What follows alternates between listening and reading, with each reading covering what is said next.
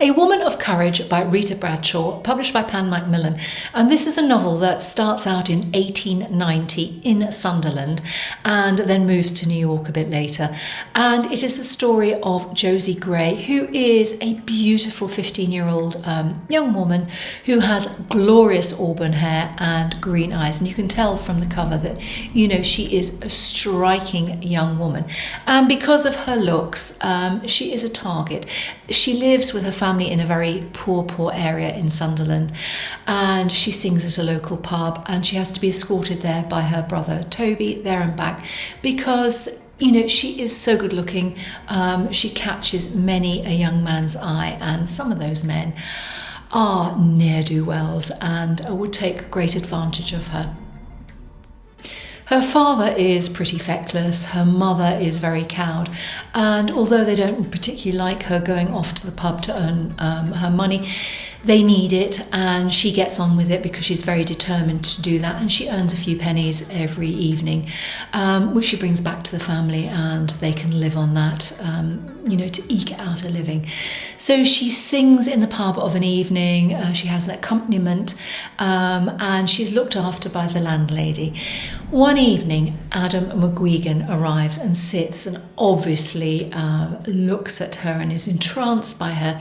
Now, he is a young man from a disreputable family. They're very rich, they live on the other side of town, and they are villains, and really you don't want anything to do with this family, but she is struck by his good looks, and despite many warnings, she is drawn to him.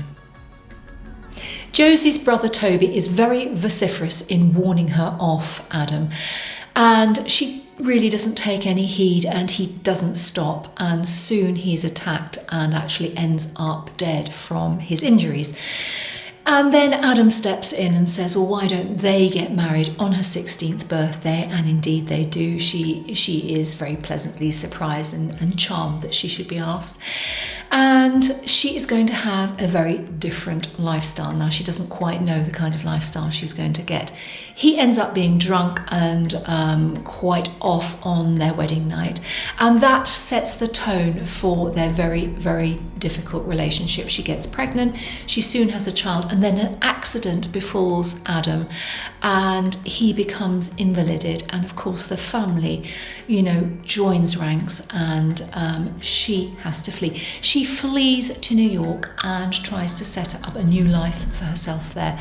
But of course the McGuigan family is not going to let go, and they want to know where she has gone. So if you want a interesting story that particularly is set in Sunderland and will bring that era of the later 19th century to life, then I think A Woman of Courage has a lovely heroine who will draw on your heartstrings, and it's a very nicely paced novel that I found very enjoyable to read.